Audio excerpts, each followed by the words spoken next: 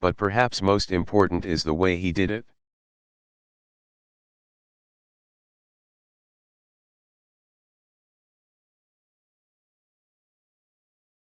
Throughout the process, Merrick took pains to do everything by the book.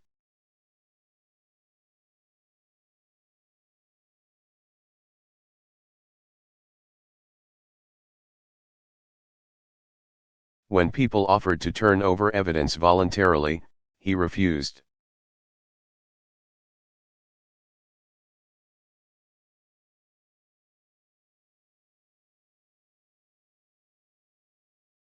Taking the harder route of obtaining the proper subpoenas instead.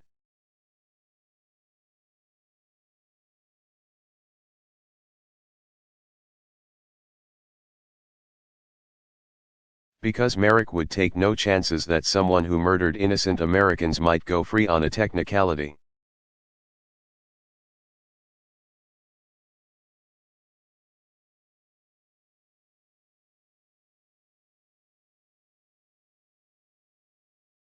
Merrick also made a concerted effort to reach out to the victims and their families.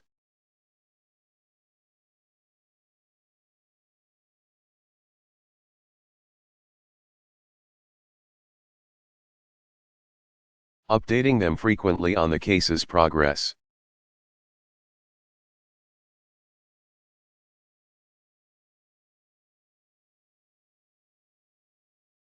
Everywhere he went, he carried with him in his briefcase the program from the memorial service.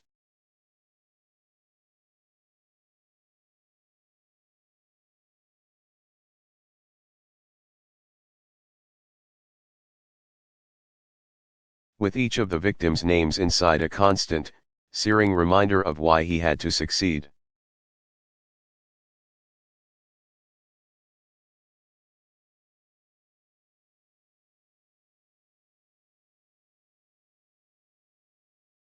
Judge Garland has often referred to his work on the Oklahoma City case as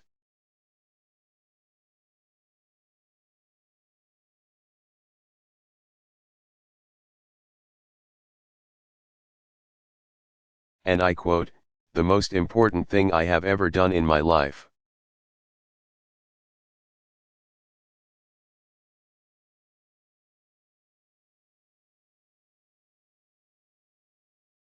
And through it all, he never lost touch with that community that he served.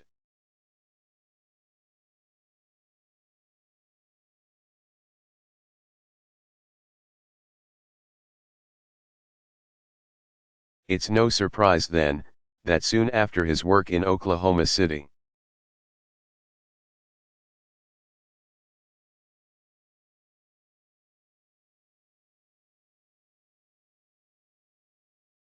Merrick was nominated to what's often called the second highest court in the land, the D.C.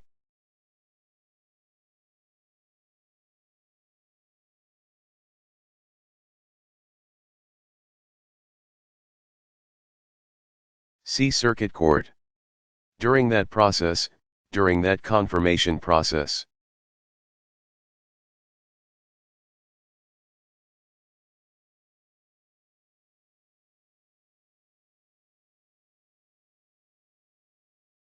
he earned overwhelming bipartisan praise from senators and legal experts alike.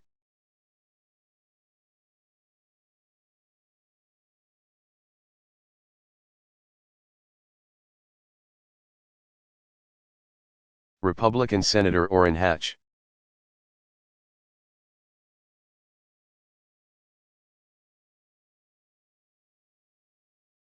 who was then chairman of the Senate Judiciary Committee, supported his nomination.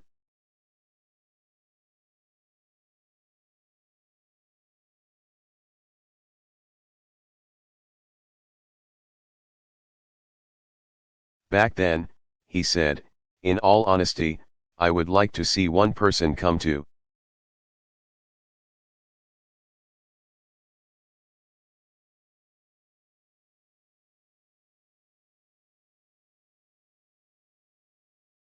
this floor and say one reason why Merrick Garland does not deserve this position."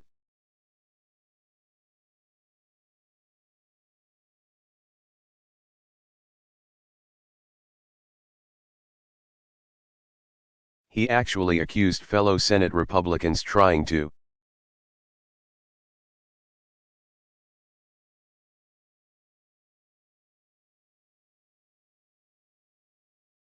obstruct Merrick's confirmation of playing politics with judges.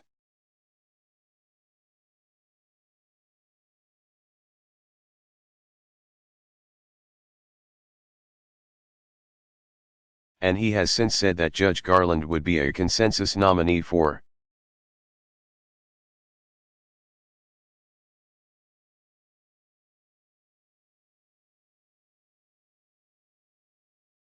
the Supreme Court, who would be very well supported by all sides.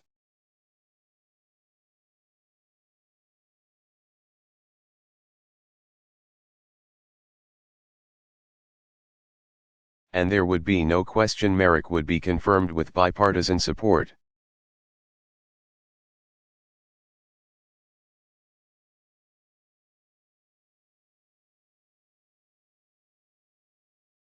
Ultimately, Merrick was confirmed to the D.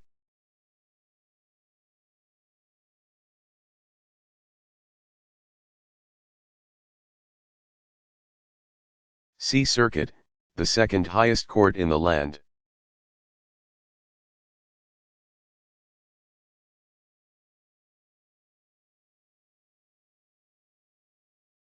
With votes from a majority of Democrats and a majority of Republicans.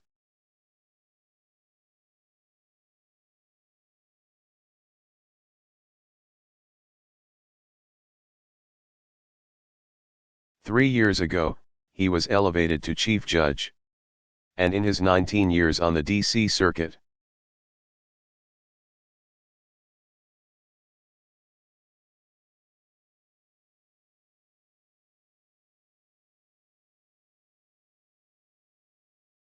Judge Garland has brought his trademark diligence, compassion, and unwavering regard for the rule of law to his work.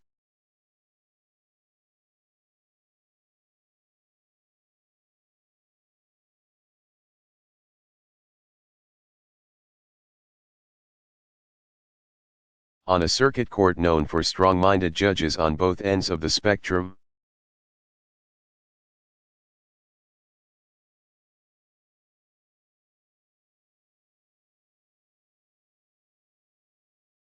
Judge Garland has earned a track record of building consensus as a thoughtful, fair-minded judge who follows the law.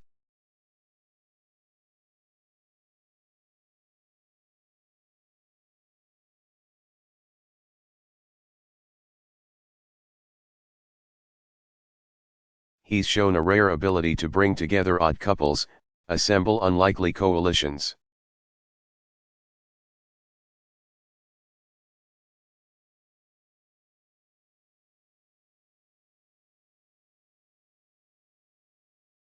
Persuade colleagues with wide-ranging judicial philosophies to sign on to his opinions.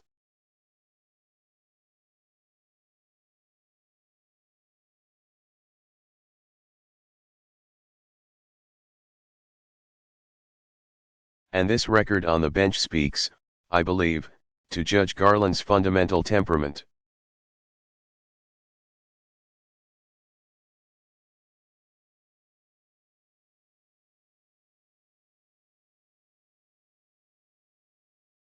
His insistence that all views deserve a respectful hearing.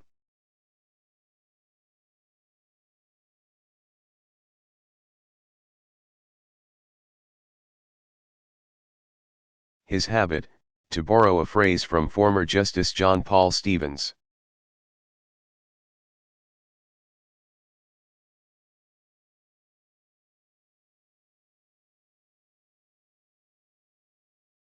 of understanding before disagreeing, and then disagreeing without being disagreeable.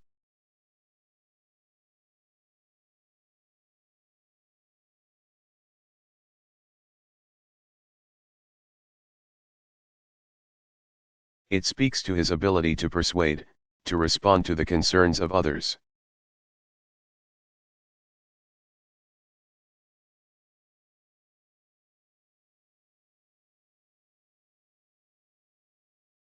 With sound arguments and airtight logic.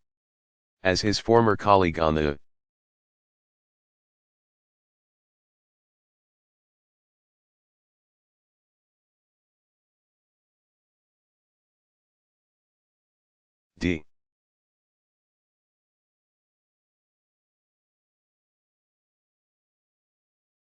C. Circuit, and our current Chief Justice of the Supreme Court, John Roberts, once said.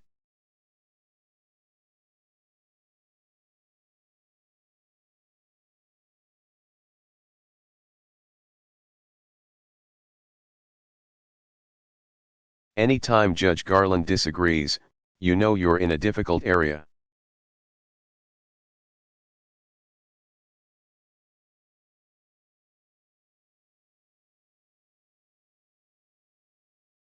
At the same time, Chief Judge Garland is more than just a brilliant legal mind.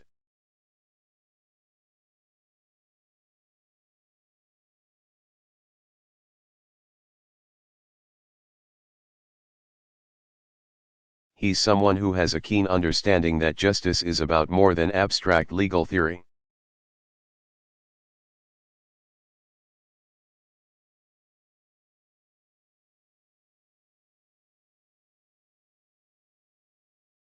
More than some footnote in a dusty casebook.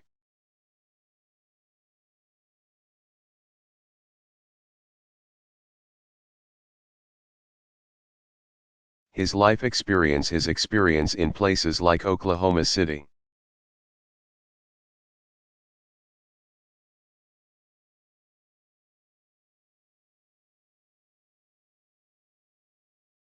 Informs his view that the law is more than an intellectual exercise.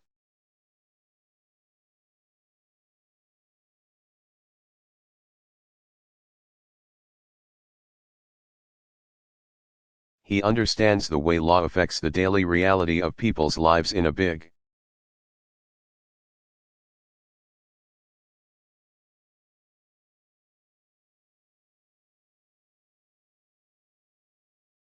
complicated democracy, and in rapidly changing times.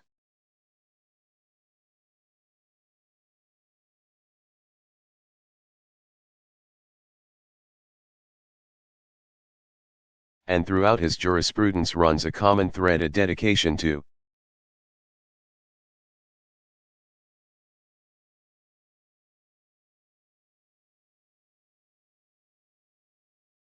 protecting the basic rights of every American, a conviction that in a democracy,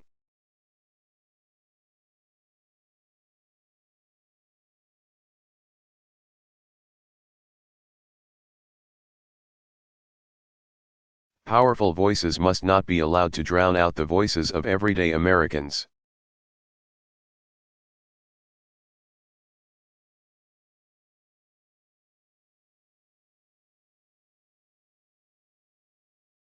To find someone with such a long career of public service, marked by complex and sensitive issues.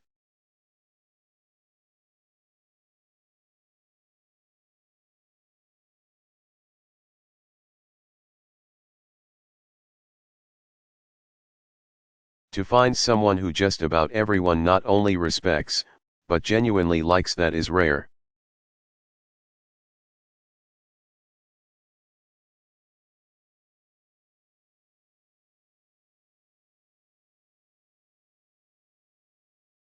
And it speaks to who Merrick Garland is, not just as a lawyer, but as a man.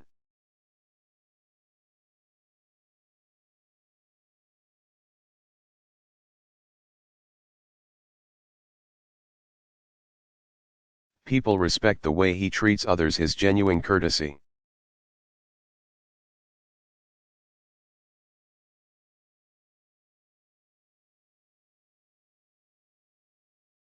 And respect for his colleagues and those who come before his court.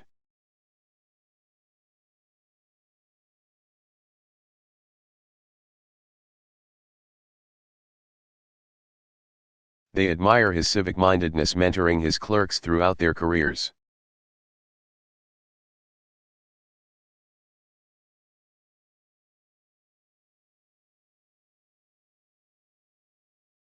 Urging them to use their legal training to serve their communities, setting his own example by tutoring a young student at a Northeast D.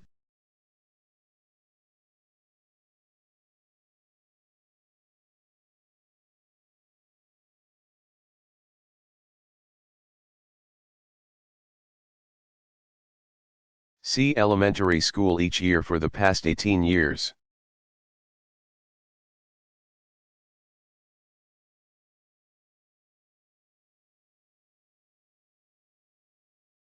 they're moved by his deep devotion to his family Lin.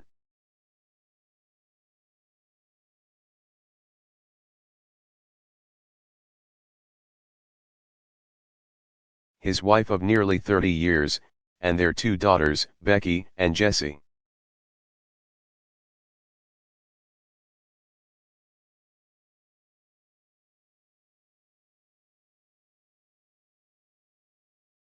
As a family, they indulge their love of hiking and skiing and canoeing.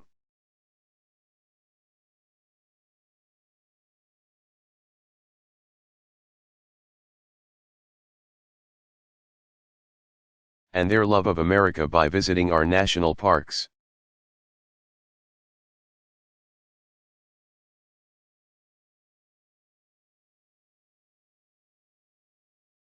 People respect Merchik's deep and abiding passion for protecting our most basic constitutional rights.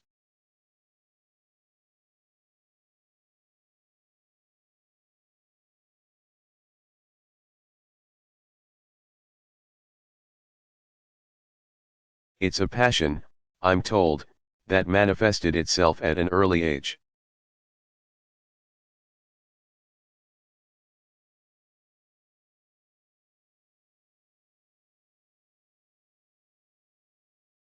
And one story is indicative of this, is notable.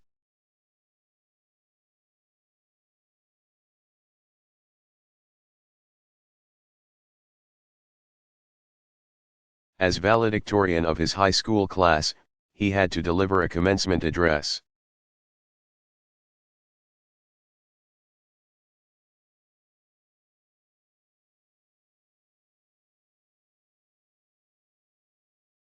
The other student speaker that day spoke first and unleashed a fiery critique of the Vietnam War.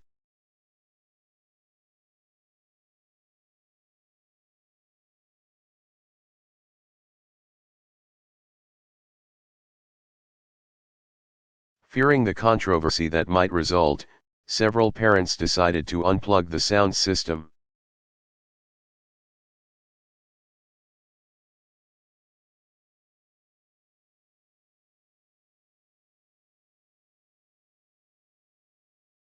And the rest of the student's speech was muffled.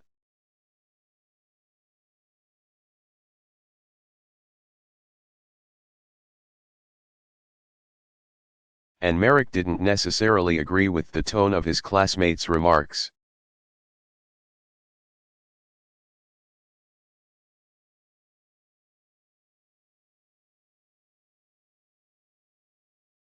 Nor his choice of topic for that day.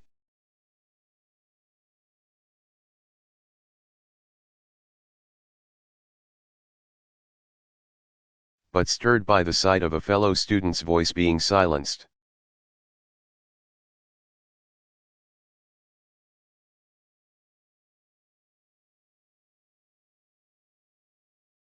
He tossed aside his prepared remarks and delivered instead, on the spot, a passionate, impromptu defense of our First Amendment rights.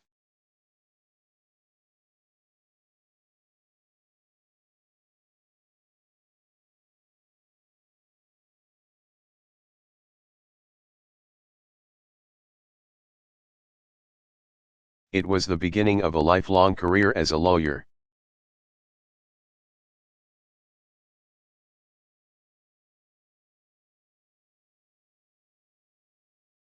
And a prosecutor, and as a judge devoted to protecting the rights of others.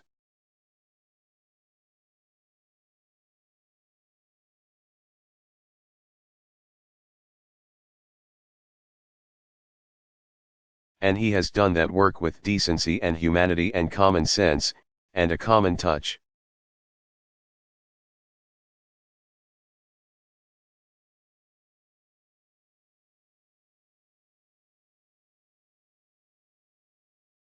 And I'm proud that he'll continue that work on our nation's highest court.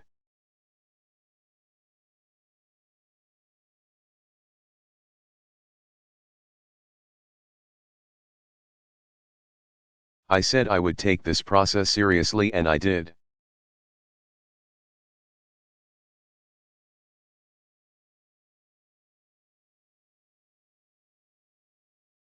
I chose a serious man and an exemplary judge, Merrick Garland.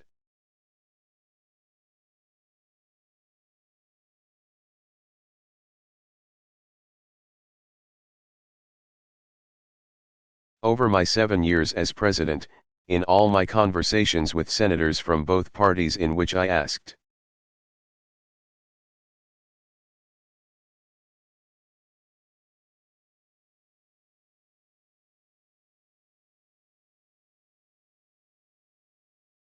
their views on qualified Supreme Court nominees, this includes the previous 2 seats that I had to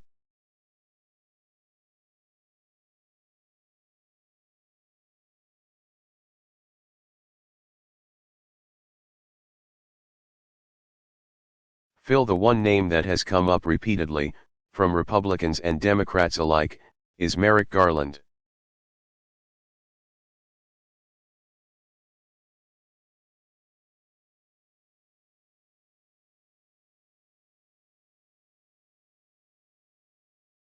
Now, I recognize that we have entered the political season, or perhaps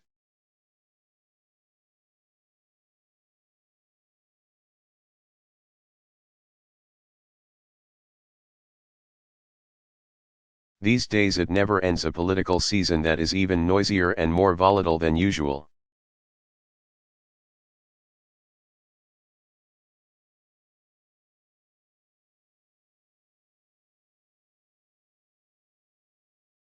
I know that Republicans will point to Democrats who've made it hard for Republican presidents.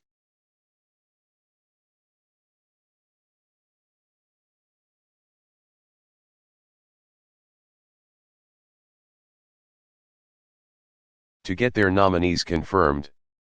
And they're not wrong about that. There's been politics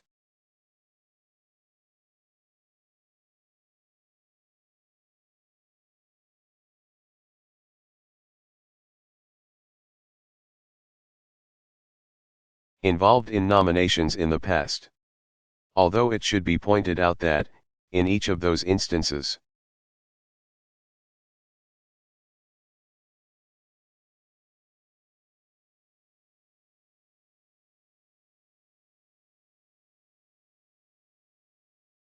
Democrats ultimately confirmed a nominee put forward by a Republican president.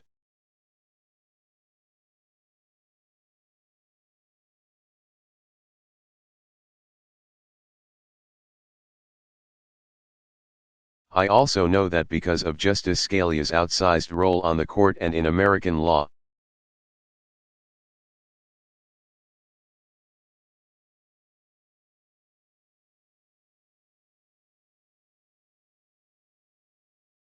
and the fact that Americans are closely divided on a number of issues before the court, it is tempting to make this confirmation.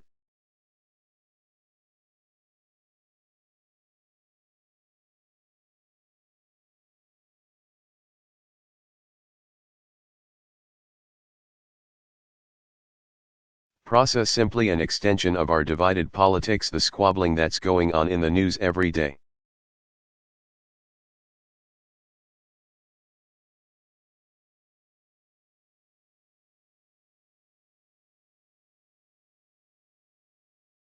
But to go down that path would be wrong.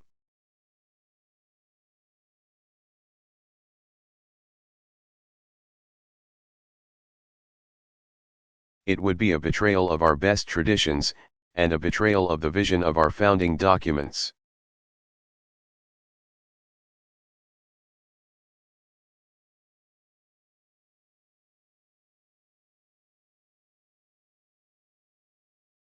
At a time when our politics are so polarized, at a time when norms and customs of political rhetoric and courtesy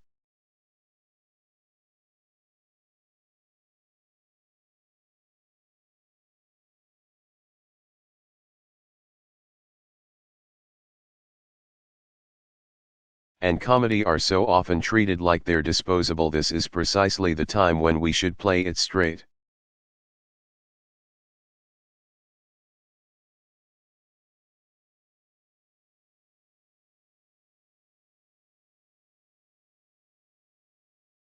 And treat the process of appointing a Supreme Court justice with the seriousness and care it deserves.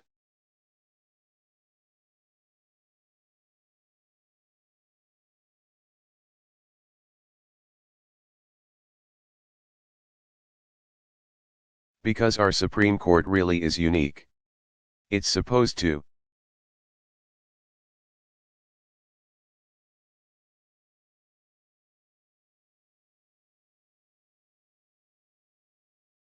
be above politics.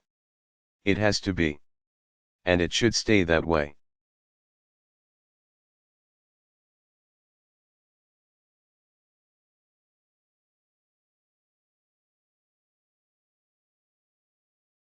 To suggest that someone as qualified and respected as Merrick Garland doesn't even deserve a hearing.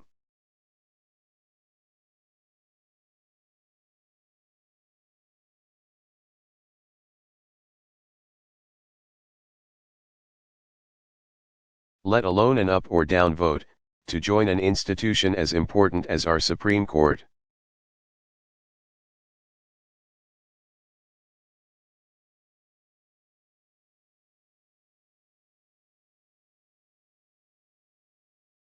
When 2/3 of Americans believe otherwise, that would be unprecedented.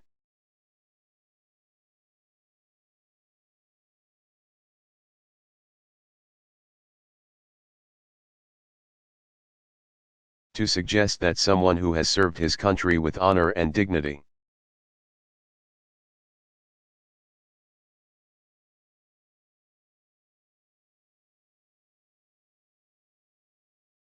with a distinguished track record of delivering justice for the American people, might be treated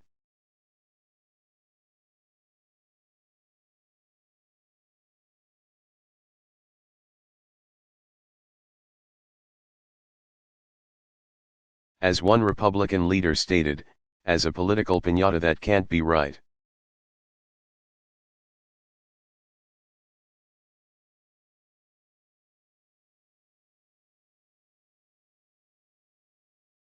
Tomorrow, Judge Garland will travel to the Hill to begin meeting with senators, one-on-one.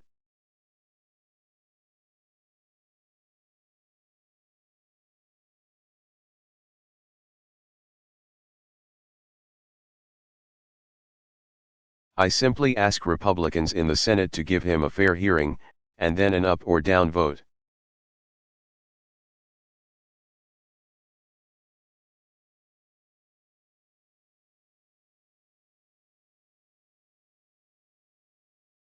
If you don't, then it will not only be an abdication of the Senate's constitutional duty.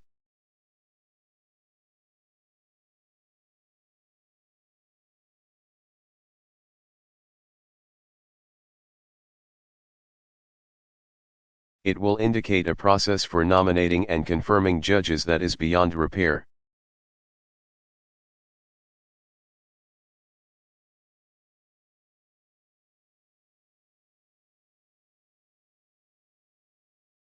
It will mean everything is subject to the most partisan of politics, everything.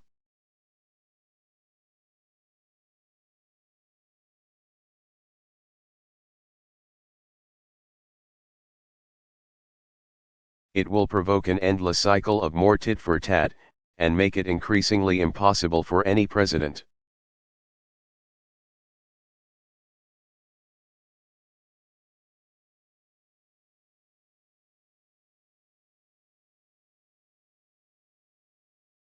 Democrat or Republican, to carry out their constitutional function.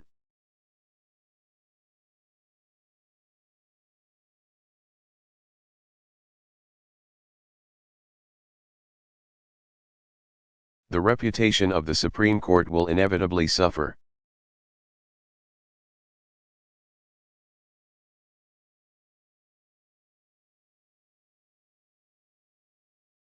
Faith in our justice system will inevitably suffer.